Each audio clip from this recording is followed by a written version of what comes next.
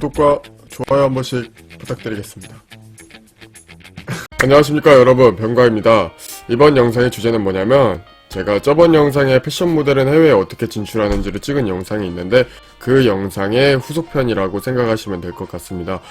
이제 패션 모델이 해외에 진출했을 때 꼭 알아둬야 할 지식이라고 생각하는 것들을 정리해 보았고요. 그냥 이제 모델이 아니라 일반인 분들도 해외에서 이제 활동하는 모델들의 수익은 어떨까, 수익 구조는 어떨까 궁금하셨던 분들은 재밌게 볼 수 있을 거라고 생각을 합니다. 그래서 이번 영상 이제 시작해 볼게요. 말을 되게 못하네. 해외에 진출할 때 첫 번째로 알고 넘어가야 될 개념이 마더 에이전시의 개념입니다. 이 마더 에이전시는 뭐냐면은, 제가 저번에 찍은 영상을 보신 분들이라면 대충 알겠지만, 모델은 여러 개의 회사랑 계약을 할 수가 있어요. 제가 한국에 있는 모델 회사랑 계약을 했다고 파리에 있는 모델 회사, 런던에 있는 모델 회사랑 계약을 하지 못하는 게 아닙니다. 계약을 할 수가 있기 때문에 이제 나라별로, 지역별로 저는 모델 회사랑 계약을 할 수가 있고, 저의 소속사는 여러 군데가 될 수가 있어요. 이 마더 에이전시는 무엇이냐 하면, 제가 주로 첫 번째로 계약했거나 주로 활동하는 나라의 에이전시를 얘기를 합니다. 제가 만약에 런던에서 모델 일을 시작을 했어요. 그리고 런던이 제가 주로 활동하는 무대입니다. 그러면 저는 한국 사람이지만 런던에 있는 모델 회사가 저의 마더 에이전시가 되는 거예요. 런던에서 출발을 했기 때문에 런던에서 이제 또 한국에 와서 일을 하고 싶거나 파리나 밀라노에서 일을 하고 싶어서 나가려고 할 때 이제 저희 런던의 회사가 저를 도와주는 역할을 하고 소개팅의 역할을 해주겠죠. 그 소개팅의 역할을 하는 게 마더 에이전시가 하는 일이라고 보면 됩니다. 제가 이제 런던에서 활동을 하다가 파리에 넘어가고 싶을 때 우리 마더 에이전시는 소개팅으로 저 대신에 파리에 저를 소개하는 메일을 보내고, 이제 파리에서 좋은 화답이 왔을 때 저희 둘이 만나서 짝짝꿍을 할 수 있게 중간에서 도와주는 역할을 하겠죠. 그래서 비유해서 소개팅인데, 그러면 또다시 비유하자면, 우리가 소개팅에 성공을 해가지고 커플이 됐을 때 이제 소개팅 주선자한테 아무것도 안 해주진 않잖아요. 야 고맙다, 내가 밥이라도 살게 하면서 밥이라도 한 끼 사주고, 그런 식으로 비유해서 소개팅 주선비의 명목으로 마더 에이전시는 제가 해외에서 다른 나라에서 일하는 금액의 10%의 돈을 가져갑니다. 이 10%의 금액이 얼마나 중요하고 여러분들이 알아둬야 하고, 이 사실과 이런 통상적인 계약 내용을 알지 못했을 때 어떤 식으로 이제 마더 에이전시가, 특히 한국 회사가 악용을 하는지 제가 다음 챕터에서 자세하게 짚어드릴게요. 이번 챕터에서 수익 구조를 제대로 설명을 해볼게요. 여러분들이 방금 마더 에이전시에 대해서 이해를 완벽하게 하셨다면은 이 수익 구조에 대해서도 굉장히 중요한 부분들을 이해를 하셔야 됩니다. 일단 마더 에이전시는 통상 모델이 일한 금액의 10%의 금액을 가져간다고 했잖아요. 근데 이 10%의 금액을 모델의 몫에서 가져가지가 않습니다. 그게 무슨 말이냐면은, 제가 만약에 런던에 넘어가서 런던의 모델 회사랑 수익 분배를 6대4로 하기로 협의를 하고 계약을 했어요. 그러면 이제 제가 100만원짜리 일을 했다 그러면은 60만원은 제 몫이 되는 거겠죠. 이 60만원의 모델 페이는 절대로 더 이상 건드리지 않는 게 통상적인 원칙입니다. 그럼 10%의 금액을 마더 에이전시한테 보내는 역할은 이제 런던의 에이전시가 하는 역할이에요. 런던의 에이전시가 40%의 금액을 본인들이 가져가잖아요. 거기서 5%에서 10%의 금액을 한국 회사로 보내는 겁니다. 이게 통상적인 계약 내용인데, 여기서 모델 페이를 건드리려고 하는 경우가 있어요. 이 모델 페이를 건드린다는 게 사람 새끼가 할 짓이 아닙니다.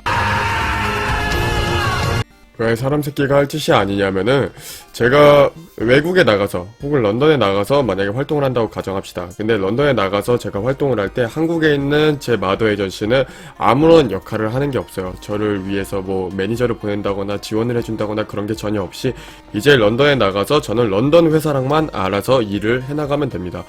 그렇기 때문에 타지에서 입맛에 맞지도 않는 음식을 먹어야 하기도 하고, 이제 타지 생활 적응해 나가는 것도 힘든 와중에 이제 고스란히 고생은 모델의 몫인데, 이 페이를 한국 회사가 건드린다는 건 전혀 말이 되는 일이 아니겠죠.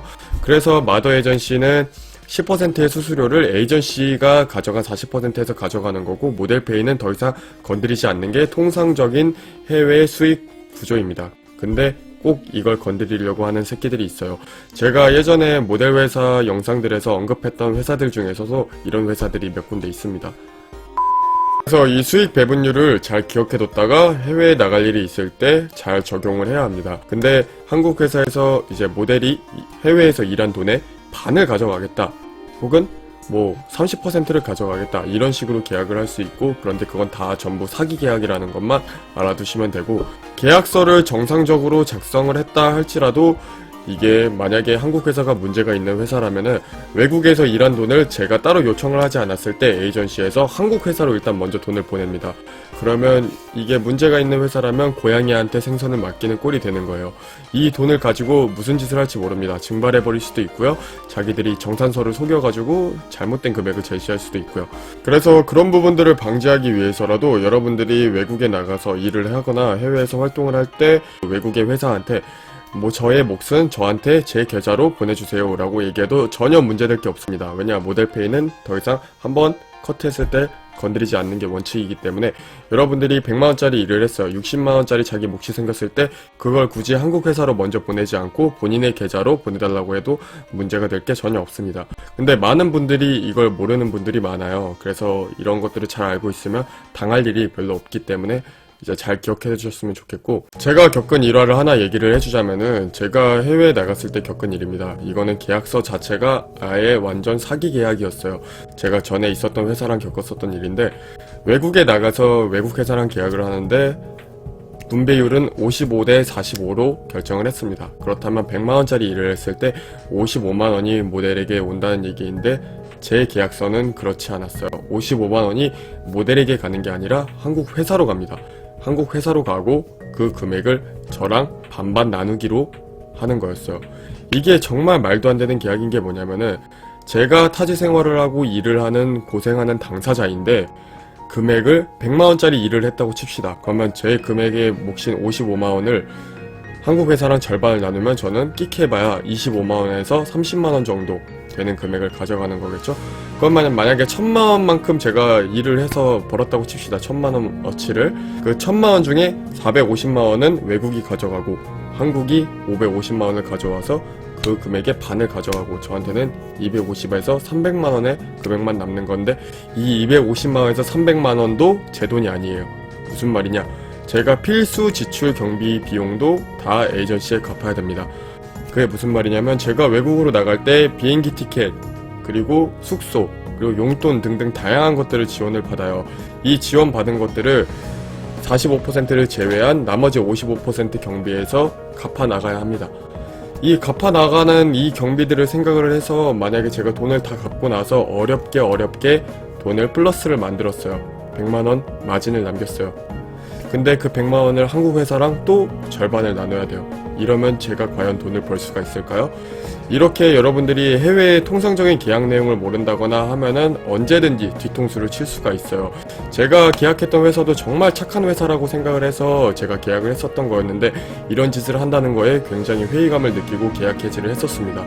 그래서 여러분들은 이 분배율, 여러분들의 페이는 절대로 건드리지 않습니다. 한번 외국 회사랑 나누고 난 뒤에 이걸 꼭 기억하셔야 되고, 마더 에이전시의 역할에 대해서도 잘 알아두셨으면 좋겠습니다. 세 번째로 얘기할 건 다이렉트 부킹입니다. 외국의 회사를 많이 잡아뒀을 때 굉장히 큰 장점이 되는 것 중 하나가 다이렉트 부킹이에요. 제가 예전에 찍은 영상에서 설명한 대로 얘기하자면, 외국에 나가서 돈을 벌 때 가장 큰 걸림돌이 되는 건 필수 지출 경비 때문입니다. 뭐 숙소비, 뭐 비행기값, 그리고 뭐 외국의 비싼 물가 등등 다양하게 걸림돌이 되는 것들이 너무 많잖아요. 근데 이 다이렉트 부킹은 어떤 거냐면, 제가 몸은 한국에 있는데 프랑스에 있는 클라이언트가 저를 쓰고 싶어 하는 거예요. 그러면 저를 쓰고 싶어 하면 어떻게 해야 되겠어요? 제가 아쉬운 사람이 아닌데 제 돈을 주고 프랑스에 가겠습니까? 절대 아니죠. 클라이언트가 프랑스로 데려올 금액을 전부 지불을 합니다. 비행기값, 그리고 호텔비 등등 모든 필요한 경비들을 제공을 하면서 이제 페이는 또 따로. 그렇기 때문에 제가 따로 쓰는 경비들이 없기 때문에 고수익을 올릴 수가 있어요. 제가 예전에 방콕에서 이렇게 다이렉트 부킹이 들어왔던 카톡 내용인데, 이것은 이런 것들을 보자면은 굉장히 다이렉트 부킹이 달달하다는 것들 여러분들 아시겠죠? 그래서 외국에 나가서 회사를 많이 잡아두면은 좋은 것들이 굉장히 많습니다. 그리고 탑모델이 되기 위해서는 해외에서 활동을 많이 해봐야 하는 것도 맞고요. 이번 영상에서는 제가 너무 어려운 내용들을 다뤄서 이제 이해가 안 가시는 부분들도 아마 있을 거라고 생각을 해요. 그런 부분들은 댓글을 남겨주시면 제가 성실하게 답변을 달아드리도록 하겠습니다. 그럼 저는 다음 영상에서 만날게요. 안녕.